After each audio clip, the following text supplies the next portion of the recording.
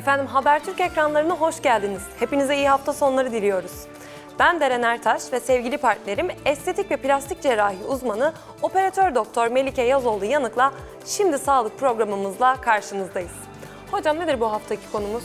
Bu haftaki konumuz ben dahil bütün annelerin korkulu rüyası olan çocukluk çağında yüksek ateş ve enfeksiyon hastalıkları. Özellikle annelerimizi ekran başına bekliyoruz diyelim. Sevgili izleyicilerimiz, bugünkü konuğumuz çocuk sağlığı ve hastalıkları uzman doktor Betül Aslaner Aldemir. Hiç vakit kaybetmeyelim, şimdi sağlık diyelim. Betül Hocam, programımıza hoş geldiniz. Öncelikle nasılsınız? İyiyim, teşekkür ederim. Siz nasılsınız? Bizler de çok iyiyiz. Az önce bahsettim, hekim olmak da bir şeyi değiştirmiyor. İnsanın çocuğu ateşlendiği zaman inanılmaz panikliyor. Evet. Hangi ateş derecelerinde paniklemeliyiz ya da çocuğumuzu ne zaman hastaneye getirmeliyiz? Öncelikle ateş tanımını yapmak gerekiyor. Vücut ısının normali 36,5-37,5 derece arasındadır. Yani 37,5'un üstü olduğu zaman her anne onun ateş olduğunu bilmeli ve ona göre davranmalı. 37,5'un üstü olduğu zaman sebebini annelerin anlaması çok güçtür. Bu yüzden de mutlaka hastaneye ve doktora başvurması gerekmektedir. 37,5 üstü ateş dediğimiz zaman altında yatan birçok sebep olabiliyor. Erişkinlerdeki gibi değil çocuklarda ki sebepler. Yani erişkinlerde başka sebepler, enfeksiyon dışı sebepler olabilirken çocuklardaki sebepler arasında en çok üst solunum yolu enfeksiyonları, orta kulak iltihabı, işte boğaz enfeksiyonu, idrar yolu enfeksiyonu, ishal gibi sebepler karşımıza çıkmaktadır. Bu yüzden de sebebini, nedenini araştırmak için annenin mutlaka hastaneye başvurup ona göre bir fizik muayenesini yaptırması gerekmektedir. Peki Betül Hocam, anneannelerimizin, babaannelerimizin geleneksel tedavi yöntemleri vardır zaten ama biz yeni jenerasyonları daha çok ilgilendirecek bir soru olacak biraz daha.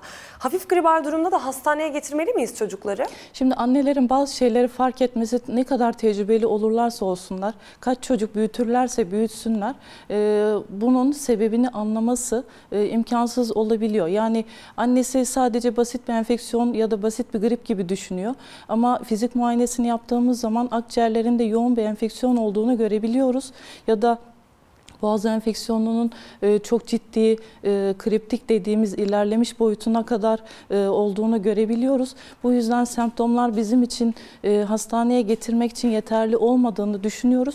Ama fizik muayenede tam tersinin olduğunu görüyoruz. Bu yüzden de mutlaka hastaneye dediğim gibi tekrar başvurması gerektiğini öneriyoruz. Evet, bu çok önemli bir bilgi oldu gerçekten. Evet, evet. Yani anneler işte ben 3 tane çocuk büyüttüm, daha önceki çocuklarımda böyle olmadı gibi önerilerle ya da kendi bildiğini düşünerek ona göre hareket ediyor. Ama tam tersi şeyler olabiliyor. Bir de çocuklardaki ateş önemli olabilir. Sadece gribal enfeksiyon şeklinde olduğunu düşünüyoruz ama menenjit olabiliyor. İlk 5 yaşta özellikle sadece çocuğun ateşi var, hafif bir burun akıntısı oluyor. Yoğun bir enfeksiyon olmadığını düşünüyoruz. Ama altta yatan sebep olarak menenjit karşımıza çıkabiliyor. O yüzden fizik muayene bizim için çok kıymetli. Tanıyı koymamızda da %80-90 oranında net olarak bizim anneye hastalığı şudur şeklinde cevap vermemizi sağlıyor. Yani annelerimizin aslında erken davranmaları oldukça önemli hastaneye başvurmak. Evet, kesinlikle başvurmalarını öneriyoruz. Evet. Kısacası tecrübe bazen de yanlış uygulamaları sebebiyet verebiliyor. Evet. Örneğin şöyle yapabiliyoruz. Geçen sefer de çocuğumun ateşi, öksürüğü vardı. Doktor hanım, doktor bey bana bu ilacı vermişti. O zaman bu ilacı tekrar, antibiyotiği tekrar başlayabilirim diye düşünüyoruz. Ama herhalde bunlar yanlış uygulamalar, yanlış değil mi hocam? Şimdi böyle bir konuya değinmişken aslında annelerin en çok yaptığı hatalardan birisi olan bir önceki tedavisinde ona antibiyotik verilmiş oluyor. Sebebi her ne ise onu tam bilemeyebiliyor. Sonra aynı semptomlar var. Ben elimde nasıl olsa antibiyotik var, ben onu başlayayım diyebiliyor. Ama bu çok yanlış çünkü semptomlar aynı olabilir ama çocuk bize başvurduğu zaman kulak enfeksiyonu, üst solunum yolu enfeksiyonu, akciğer enfeksiyonu, Bunlarda verdiğimiz bütün tedavilerdeki antibiyotiğin türleri farklı. O yüzden de her birinde farklı antibiyotik uygulaması olduğu için mutlaka tedaviyi bizim belirlememiz ve antibiyotik gereksiniminin olup olmadığına bizim karar vermemiz gerekiyor. Anneler başladıkları zaman yeterli yanıt alamadıklarını zaten kendileri bize başvurdukları zaman söylüyorlar.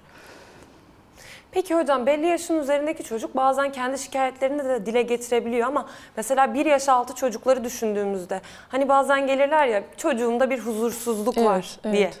Bu durumlarda ne yapmalıyız? Şimdi huzursuz bebek özellikle 1 yaş altında çok önemlidir. Altında yatan sebepler mutlaka araştırılması gerekmektedir. Şimdi aylık olarak değişmekle beraber ilk 1 aydaki çocuğun huzursuzluğunun sebebi büyük oranda gazdır. Hani bağırsak gazıdır ama menenjit de aynı şekilde gelebiliyor. Orta kulak iltihabı da bu şekilde gelebiliyor. 1 yaş altındaki çocuklar dile getiremiyor ama en büyük sebep huzursuzluk, beslenememe, kusma olabiliyor. İdrar yolu enfeksiyonu, çocuğun hiçbir şikayeti yok, sadece huzursuzluk var.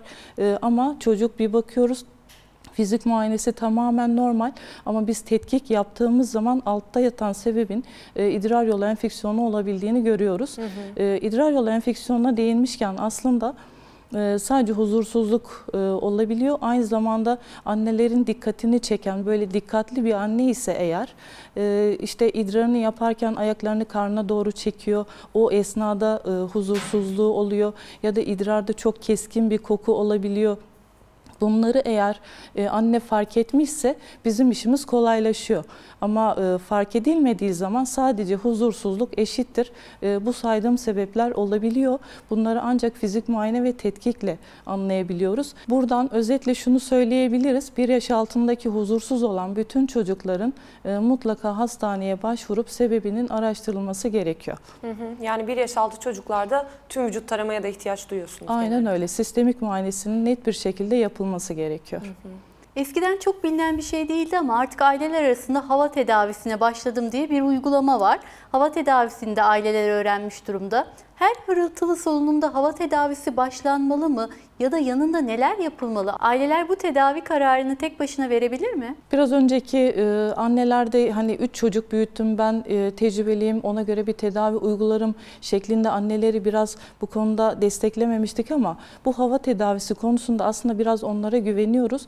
Hırıltılı solunumu olan bir çocuğun daha önce işte astım atakları geçirmiş, bronşiolit, bronşit geçirmiş çocukları olan anneler bu konuda gerçekten çok tecrübeliler.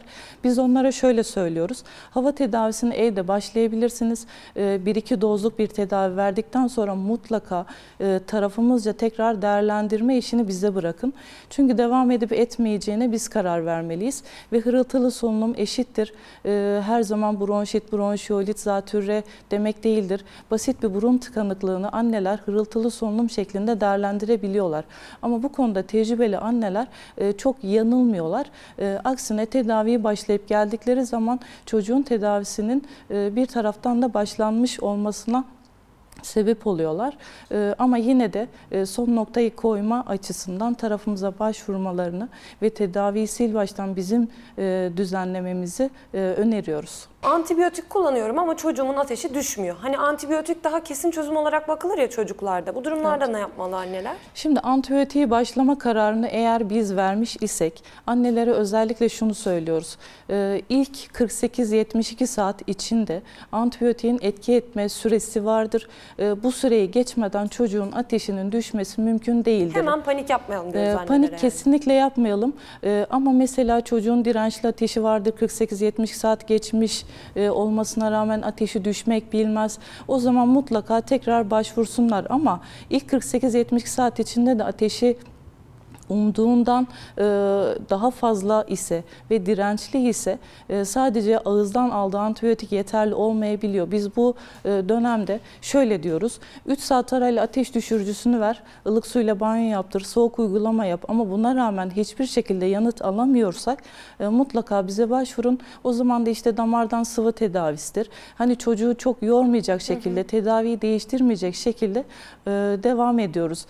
Ama 3 günden sonraki olan bir ateş ise ve antibiyotiğe yanıt alınamıyorsa bu sefer farklı bir tedavi yöntemi, acaba yanılıyor muyuz, farklı bir enfeksiyon mu gelişti acaba diye biz yeniden çocuğun sistemik muayenesini yapıyoruz. Ama yine de ilk 48-72 saat içinde ateş olur ve bu normaldir. Ailelerin tümüne biz bunu üstüne basa basa tekrar söylüyoruz. Endişe etmeyin. Çünkü sabah başvuruyor, fizik muayenesinin hiçbir şekilde değişmesi mümkün değil. Akşamına tekrar ben bu çocuğun ateşini düşüremedim diye gelebiliyor. Halbuki çok yüksek bir ateş olmayabilir. Biraz bekleyip tedavi olmasını gözlemlemek ve ona göre başvuru kararını belirlemek gerekiyor. Hocam çocuklarda çok sık görülen problemlerden bir tanesi de kusma ve ishal. Kusma ve ishalle aileler karşı karşıya kaldığında evde nelere dikkat etmeliler? Diyette herhangi bir değişikliğe gidilmeli mi? Evet. Yani kusma ishal dediğimiz zaman öncelikle ailelerin en çok yaptığı hatalardan bir tanesi çocuğun hiçbir şey yemeyeceğini düşünerek çocuğun beslenmesini tamamen kesmeye kalkışmak. Tabii ki kusma ishal olduğu zaman tarafımıza başvursunlar, biz gereken tedaviyi verelim, sıvı tedavisini verelim. Ama şöyle bir durum da var, biz çocuğun beslenmesini ne kadar ağızdan erken dönemde başlarsak bağırsakların bu maruz kaldığı hastalıktan kurtulma durumu da o kadar erken oluyor. Yani bağırsakları hareketlendirelim ki çocuk hızlı iyileşsin. Evde ne gibi bir diyet uygulanabilir? Öncelikle sıvı tedavisini mutlaka, yani sıvı tedavisinden kastımız sadece damardan verilen tedavi değildir. Aynı zamanda işte ayrandır, işte tuzlu ayran, tuzlu kraker, ben özellikle bu ikisini özellikle söylüyorum. Sıvı adına şekerli olmamak kaydıyla her şeyi verebilirler. Lapa şeyler, işte pirinç lapasıdır, püre, özellikle muzdur, patatestir, elma püresi, makarna lapası, bunları verebilirler.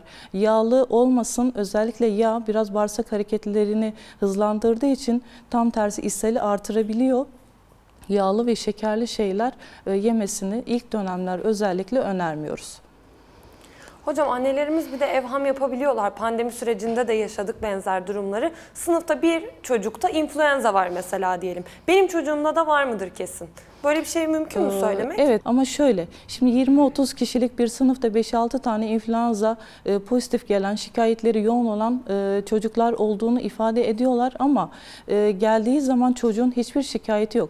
Şimdi çocuğun semptomu yok ise eğer bu çocuğa influenza tedavisini vermemiz imkansız. İnfluenza tedavisi verebilmemiz için ne gibi semptomları olması gerekiyor? En başta dirençli ateşi olması, yoğun bir şekilde öksürük, balgam, hırıltı, beslenmesinin bozulması, genel durumunun bozulması, bu gibi şikayetleri var ise o zaman influenza da pozitif olan arkadaşlarından da yola çıkarak testini yapıp pozitif ise ona göre tedavi veriyoruz. Ama bazen şöyle oluyor, influenza testinin güvenilirliği %60-80 ama çocuk klinik olarak influenza gibi bir klinikle geliyor. Ama testine bakıyoruz negatif. Bu bizim tedavimizi vermeye engel değil. Biz klinik olarak uyumlu ise influenza tedavisini yine de veriyoruz. Ama semptomu olmayan bir çocukta kesinlikle endişe etmelerine gerek yok. Çocukta kulak ağrısı olduğu zaman hangi hekime başvurmalıyız? Burada bir çocuğumuzu kulak burun boğaz hekimine de götürmemiz gerekir mi? Şimdi anneler kulak burun boğaz uzmanına başvurdukları sıklıkta olmasa da kulak ağrısı nedeniyle bize de başvurmaktalar. Biz fizik muayenesini yaptığımız zaman orta kulak iltihabı dememiz için kulak zarının kızarık olması gerekmekte. Sık kulak enfeksiyonu ne demek? 6 ay içinde en az 3 kere orta kulak iltihabı geçirmek ya da 1 yıl içinde 4 kere orta kulak iltihabı geçirmek demek. Böyle olduğu zaman mutlaka kulak burun boğaz uzmanına başvurmalarını öneriyoruz. Onların da yaklaşımı şu şekilde oluyor. Tüp takılması gerekiyor. Bu çocuk çok sık enfeksiyon geçiriyor şeklinde olabiliyor. Bir de orta kulak iltihabının şöyle bir özelliği var. Nadir görülen bir durum aslında ama menenjite sebep olabiliyor. Ya da işitme kaybına sebep olabiliyor. Orta kulak iltihabı nasıl olsa deyip geçiştirmemek gerekiyor. Biz yine de hani 3 kere olmasını beklemeden bir kere bile olsa ben özellikle çok böyle yoğun bir enfeksiyon görmüş isem mutlaka kulak burun boğaza başvurun. Onların da bir fikrini alın. Tedavisinde ekstra eklenecek bir durum var mı diye başvurmalarını söylüyorum ve öneriyorum açıkçası. Orta kulak sağlığı açısından geciktirmemekte fayda var herhalde evet, hocam. Evet. Verdiğiniz değerli bilgiler için çok teşekkür ediyoruz Betül Hocam. Ben teşekkür ederim. Betül Hocam, gerçekten sorularımız aslında bitmedi ama maalesef süremizin sonuna geldik. Çok önemli bilgiler verdiniz. Çok önemli örnekler de verdiniz aslında tespitlerinize yönelik. Çok teşekkür ediyoruz. Ben teşekkür ederim. Sizi uğurluyoruz. Teşekkürler. Sevgili izleyicilerimiz, programımıza Melike Hocam'la birlikte devam ediyoruz.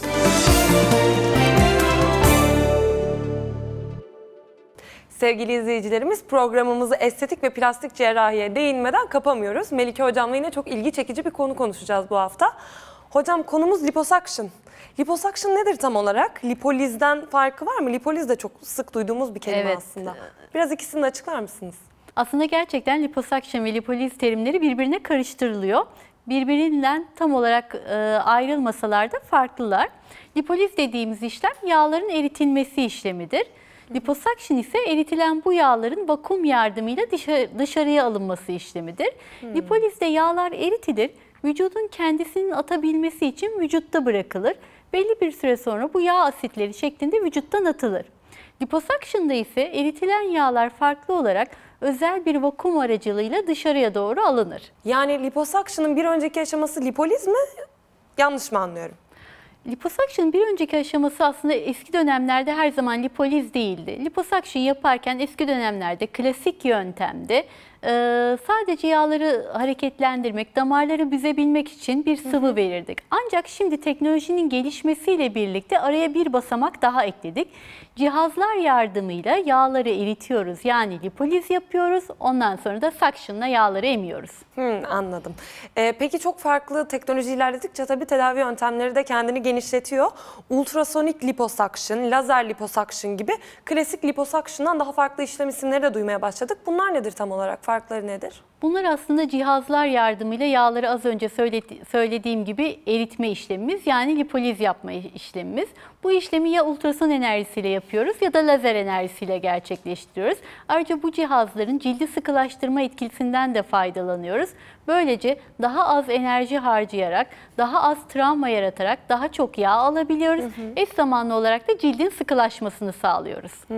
Peki bir kişiden en fazla kaç litre yağ alabiliyorsunuz? Bir de tabii bu yağ alma işlemi sadece cildin sıkılaşması mı, yoksa kilo vermeye de yardımcı oluyor mu? Buradaki hastaların en büyük yanılgıya düştüğü konu bu aslında. Liposuction yaptırıp kilo verebileceklerini düşünüyorlar ama liposuction kesinlikle bir kilo verme yöntemi değildir. Tartıya çıktıkları zaman hastalar ciddi bir farklılıkla karşılaşmazlar. Liposuction bir vücut şekillendirme ameliyatıdır. Hasta tartıya çıktığı zaman çok az kilo kaybettiğini fark eder veyahut da hiç kaybetmemiş olabilir. Ama baktığı zaman vücudunda ciddi bir şekillenme olduğunu, görsel olarak sanki çok kilo kaybetmiş gibi gözüktüğünü fark eder. Liposuction'da amaç dediğim gibi kilo verdirmek değil, vücudu şekillendirebilmektir. En fazla kaç litre yağ alınır? Bazı hastalar gelirler, tüm vücuttan bütün yağlarımı alın diye isterler ama ne yazık ki tabii ki böyle bir şey mümkün değil. Sağlıklı da değildir herhalde. Tabii ki sağlıklı da değil. Burada tabii kişisel farklılıklar da var. Kan değerleriniz, elektrolit değerleriniz, genel sağlık durumunuz var ama genel bir tabir olarak söyleyecek olursak bir kişiden bir seansta en fazla alınabilecek yağ miktarı 4-5 litre arasında değişmektedir. Bunları aştığımız zaman komplikasyonlarla, istenmeyen durumlarla karşılaşma olasılığımız da artıyor ne yazık ki. Yani liposuction olan hastalarımız tartıda bir fark görmezlerse endişelenmesinler. Bu gayet normal. Aynen. Aynada farkı kesinlikle görecekler, merak etmesinler. Peki liposuction sonrası çok ağrı olur mu? Ben hastalarımı şu şekilde tarif ediyorum. Sonrasında da hastalarıma sorduğumda genellikle aynı yönde bir geri dönüş alıyorum. Sanki çok spor yapmışsınız da kaslarınız ağrıyormuş gibi bir ağrı hissedersiniz liposuction sonrasında. Bu da çok kuvvetli, dayanılmayacak bir ağrı değildir. Rutin kullandığımız ağrı kesicilerle genellikle kesebildiğimiz, çok yoğun şiddeti olmayan ağrılardır. Ne kadar sürer yaklaşık? Yapılan bölge sayısına göre değişir. Küçük bir bölgede çalıştıysak eğer 1-2 gün içerisinde, daha geniş bir alanda çalıştıysak yaklaşık 1 hafta içerisinde geçecektir. Peki liposuction sonrası alınan yağlar geri gelir mi? Evet, bu da çok kritik sorulardan biri. Hastalarımız bize bu soruyu çok fazla soruyorlar. O noktada da şunu söylüyoruz aslında. Bizler erişkin yaşa ulaştığımız zaman yeni yağ hücresi üretemiyoruz. Liposuction'la da aldığımız yağları atmış oluyoruz. Haliyle yeni yağ hücresi üretmemiz mümkün değildir. Ama bu şu anlama gelmez. İstediğimiz kadar yiyebiliriz ama kilo almayız ya da o bölgede bir yağlanma olmaz demek değil. Çünkü yağ hücre sayısı artmasa dahi yağ hücrelerinin boyutunun artması söz konusudur. O nedenle hastalarımıza hep şunu söyleriz. Evet, biz yağ hücre sayınızı azalttık. Sizin depolarınızı, o bölgedeki depolarınızı azalttık. Ancak siz yine de asla sıkı bir diyet değil ama doğru bir beslenme programıyla devam etmelisiniz. Hocam çok teşekkür ediyoruz. Sevgili izleyicilerimiz, bu haftaki konumuz çocuklarda yüksek ateş ve enfeksiyondu. Ardından Melike hocamla birlikte liposuction üzerinden geçtik. Haftaya yine farklı bir konu ve konukla karşınızda olmak dileğiyle diyoruz. Görüşmek üzere. Hoşça kalın, sağlıkla kalın.